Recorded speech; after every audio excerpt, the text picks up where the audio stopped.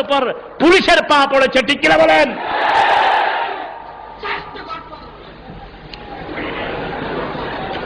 কোরআনের এই পরিবেশ শহীদদের রক্তের কারণে হয়েছে, আলহামদুলিল্লাহ বলেন।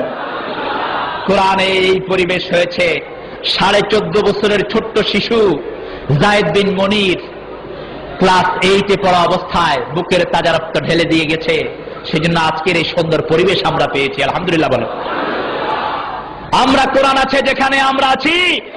আমার ভাইয়েরা ভালো করে শুনেন, দুনিয়ার কারোর সাথে আমাদের কোনো দুশ্মনী নাই, কিন্তু বিশ্বনবী যে আন্দোলন করেছেন, বিশ্বনবী যে কোরআনের জন্য অত্যাচারিত হয়েছেন, আপনি যদি সেই কোরআনকে না মানেন, কোরআনের আন্দোলন না মানেন, কোনোভাবেই আল্লাহর জান্নাত আপনার নসিব হওয়া সম্ভব সম্ভব কিয়ামতের ময়দানে আকাশে যতগুলো তারা, এতগুলো হাউজে কাউসারের পাশে আল্লাহ পেয়ালা দান করবেন। হাজার হাজার উম্মত দিয়ে হাউজে কাউসারের পানি পান করার জন্য সেখানে লাইন ধরে দাঁড়াবে। বিশ্বনবী হাউজে কাউসার দিতে থাকবেন। কিছু লোককে হাউজে কাউসার দিতে গেলেই ফেরেশতারা তাদেরকে আটকিয়ে দিবে, বলবে হুজুর এদেরকে আপনি হাউজে কাউসার দিয়েন না। বিশ্বনবী বললেন কেন দেব না বলো? ফেরেশতারা বলবে হুজুর আপনার পরের আপনার ইসলামের ভিতরে অনেক নিত্য নতুন জিনিস ঢুকিয়েছে, অনেক পরিবর্তন করে নিয়েছে, এদেরকে আপনি পানি দিয়েন না। এবার বিশ্বনবী বলবেন সুহকান সুহকান লিমান গায়্যারা মিন বাদি, দূর হয়ে যাও, দূর হয়ে যাও, যারা বিভিন্ন পরিবর্তিত জিনিস নেতৃত্বের স্থান থেকে বিভিন্ন ভাবে যারা আমাকে পরিবর্তন করে দিয়েছো, খবরদার তোমরা এখানে এসো না। যারা বেদাত করে, বেদাত এবং শিরকের সাথে আমাদের কোনো সম্পর্ক নাই, কারণ এক আল্লাহকে যারা চায় তারা অন্য কাউকে চাইতে পারে না। আমরা খুশি চাই কার? আরো জোরে বলেন কার? আখিরাতের জীবন আপনারা চান কি চান না? জিকির করবেন কার?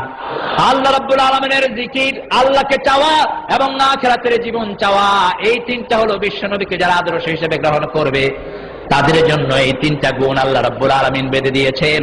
এই তিনটা গুণের মধ্যে থাকার জন্য বাংলাদেশে একটা আন্দোলন আছে না নাই? আছে না নাই? আমাদের জীবন যাকার থাক, সেই আন্দোলনের সাথে থেকে আল্লাহর কোরআনের জন্য জীবন উৎসর্গ করব। রাজি আছেন? রাজি আছেন? কে কে রাজি? যদি হাত তুলে আল্লাহ দেখান।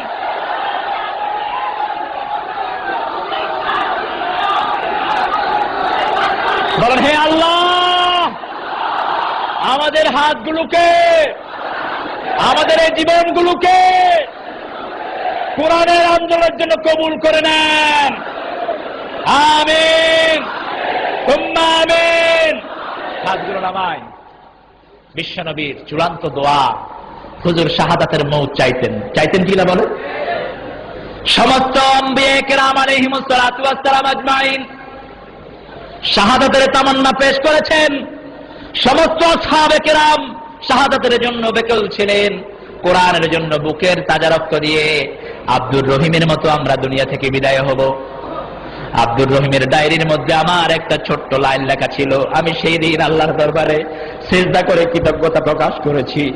তার ডায়েরিতে লেখা ছিল, আমাকে শহীদ করে সেই মিছিলে শামিল করে নিও যেই মিছিলের নেতা আমির হামজা, খোবায়েব, খাব্বাব আল্লাহর ছিল যারা অতি প্রিয়।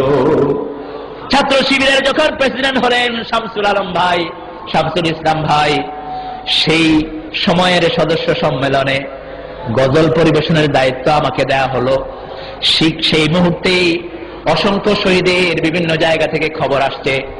সেই সময়ের লেখা একটি ছোট্ট গজল, আমাকে শহীদ করে সেই মিছিলে শামিল করে নিও যেই মিছিলের নেতা আমির হামজা, খোবায়েব, খাব্বাব আল্লাহর ছিল যারা অতি প্রিয়, শামিল করে নিও।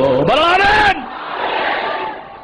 গত কয়েকদিন আগে শফিক কুষ্টিয়ার জমিনে কোরআনের জন্য রক্ত ঢেলে গেল। শাহাদাতের 2 দিন আগে ইমাম সাহেবকে ডেকে জিজ্ঞেস করছেন, ইমাম সাহেব হুজুর আপনি আমার বাড়ি চিনেন নাকি? ইমাম সাহেব হুজুর বলছে, ওই তো তোমার বাড়ি, আমি তো তোমাকে চিনি, তুমি আমার পেছনে নামাজ পড়ো। শহীদ শফিক নিজের বাড়ির দিকে যখন ইমাম সাহেব আঙ্গুল তুললেন, শহীদ শফিক বলল, না ওটা আমার বাড়ি নয়, কবরস্থানের দিকে বাড়িটা দেখিয়ে দিয়েছে। বলছে ওটা আমার বাড়ি। ইমাম সাহেব বলছে না ওটা তোমার বাড়ি। শহীদ শফিক বলছে না ওটা আমার বাড়ি নয়, ওটা আমার স্থায়ী বাড়ি। একদিন পরেই দায়িত্বশীলরা প্রোগ্রাম ডেকেছে কোরআনের জন্য। শফিক এসে কুষ্টিয়ার সভাপতিকে বলছে, রক্ত যেখানে কোরআনের জন্য দরকার সেখানে আমার মতো শফিককে ডাক দিয়েন, এমনি আমাকে ডাকবেন না। দায়িত্বশীল মুখ থেকে বের করে ফেলেছে। ঠিক আছে, আগামীকাল পলিটেকনিকে কোরআনের ছেলেদের প্রশিক্ষণ হবে, সেখানে তুমি রক্ত দিতে এসো। সবার আগে শহীদ শফিক সেখানে হাজির হয়ে গেল। আল্লাহ রাব্বুল আলামিন তার শাহাদাত কবুল করে নিয়েছে। এখনো ওই সভাপতি নিজের মনকে বুঝ দিতে পারছে না, এখনো সভাপতি অজ্ঞানের মতো হয়ে আছে। এক একটি শহীদ যখন দুনিয়া থেকে বিদায় হয়, তার শাহাদাতের কিছু সাক্ষ্য তারা রেখে যায়।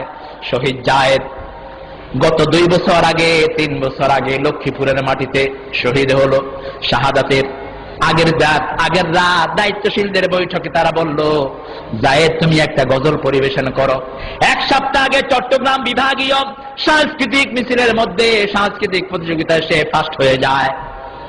তাকে বলল তুমি একটা গজল বলো। সে বলছে আমাকে শহীদ করে সেই মিছিলে শামিল করে নিও। গজলটা বলে সে বলছে, গজল তো গায়, আল্লাহ শহীদ করবেন কিনা, আল্লাহ শহীদ করবেন কিনা। তার মাকে বলছে, তার মায়ের কাছে যখন সে গেল, মা কোরআনের আন্দোলনের জন্য অক্ষ করে দিয়েছে নিজের জীবন। বলল, মাকে বলল, মা বলল, বাবা ওই যে মিটিং এ যে গজলটা তুমি গেয়েছো সেটা আবার গাও। সে বলছে, মা শহীদের গজল তো অনেক গেয়েছি, শহীদ আমি কবে হব, শহীদ হব কবে। পরের দিন সকালবেলায় মিছিলের ডাক আসলো। যেই মিছিলের ডাক সাইয়েদনা ওমর ফারুক রাদিয়াল্লাহু আনহু দিয়েছেন, সেই মিছিলের ডাক আসলো লিল্লাহি তাকবীর, সুবহানাল্লাহ। আমরা স্লোগানগুলো দেই না, অনেকে দেয় কিন্তু অনেকে উত্তরটা আসতে দেই। অথচ এই তাকবীরের সাথে ওমর ফারুকের তাকবীরের মিল আছে না নাই? কথাটা আছে। ইকরামার ঘর থেকে যে মিছিল ওমর ফারুক রাদিয়াল্লাহু আনহু বের করলেন, তারও প্রথম কথা ছিল লিল্লাহি। একটু লিল্লাহি তাকবীর দেন তো, লিল্লাহি তাকবীর। আপনারা কি বলবেন? বলেন লিল্লাহি তাকবীর। এত আসতে হাজার হাজার লক্ষ লক্ষ ভাইয়েরা একটু শক্তিগুলো গলার কাছে এনে বলেন তো লিল্লাহি তাকবীর। হয় নাই, আপনারা আমারে চেতে চাচ্ছেন আর কি। আপনারা তো জনসভা শুনে শুনে অভ্যস্ত। জনসভায় দেখবেন নেতারা আসে এরপরে গলায় সাউন্ড নাই।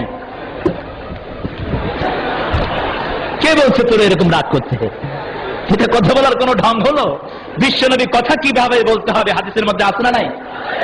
কথা কিভাবে বলতে হবে সেটাও শিখিয়েছেন মুহাম্মদুর রাসূলুল্লাহ সাল্লাল্লাহু আলাইহি ওয়াসাল্লাম। তাকবীরের আওয়াজ দিয়ে যখনই বাজারে থেকে আওয়াজ আসলো, জায়েদ বিন মুনির দৌড়িয়ে ছুটে গেল মিছিলে ছুটে গিয়ে তাকবীরের মধ্যে শামিল হয়ে গেল। পিছন থেকে মা ডাকছে, বাবা নাস্তা করে যা। জায়েদ বলছে, কোরআনের মাহফিল থেকে এসে, কোরআনের আওয়াজ তাকবীর থেকে এসে, স্লোগান দিয়ে এসে তারপরে নাস্তা খাবো। ওখানে গেলেন, 40 জন সন্ত্রাসী তাকে ধরে নিয়ে গেল। বুকের এক একটি পাঁজর রাইফেল দিয়ে গুতিয়ে গুতিয়ে ভাঙলো। পাশে ছিল পুলিশ দাঁড়ানো, 5-7টা রিকশাওয়ালা দাঁড়ানো ছিল। সকাল 11টার সময় এই ঘটনা ঘটছে লক্ষ্মীপুর বাজারে। আর প্রত্যেকটি রিকশাওয়ালা সাক্ষী দিয়েছে, যখনই এরা তার পাঁজরের হাড় ভাঙছে, প্রত্যেকটি হাড় ভাঙার সময় সে বলছে লা ইলাহা ইল্লাল্লাহু মুহাম্মাদুর রাসূলুল্লাহ